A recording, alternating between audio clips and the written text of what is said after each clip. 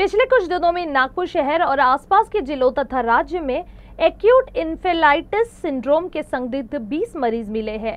इनमें अब तक 10 बच्चों की मौत हो चुकी है। इनमें मध्य प्रदेश से 10, नागपुर शहर से 2, ग्रामीण से 3, अकोला से 1, भंडारा से 2, गढ़चिरौली से 1 मरीज शामिल है। इनमें से 9 लोगों की मौत हो चुकी है और एक और बच्चे की मौत के बाद संख्या अब 10 हो गई है।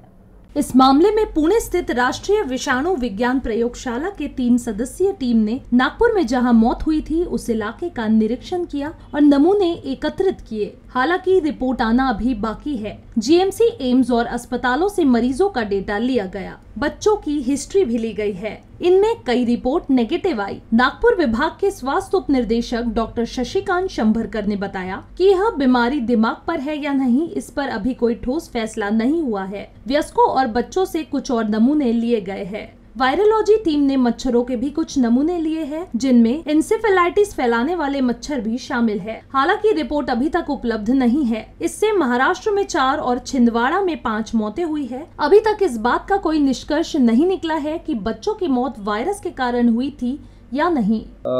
NIV पुणे जे 4 दिवस आमच्याकडे होते त्यांनी आणखी काही ॲडल्ट 23 ॲडल्टचे आणि 46 चिल्ड्रनचे सिरम सॅम्पल्स घेतलेले आहे। त्यांचा रिपोर्ट अवेटेड आहे, परंतु मोस्टली या जे इनिशियल रिपोर्ट्स आलेले आहेत त्याच्यावरून ते वाटते की निगेटिव्ह येण्याचे चान्सेस जास्त आहे। काही 11 पीक सॅम्पल्स घेतलेले आहेत, जे की पीक म्हणजे याचा रिझर्वायर असतो जपनीज एन्सेफेलाइटिसचा, म्हणजे कॅरियर किंवा रिझर्वायर आपण म्हणू शकतो। त्याचे सुद्धा सॅम्पल घेतलेले आहे।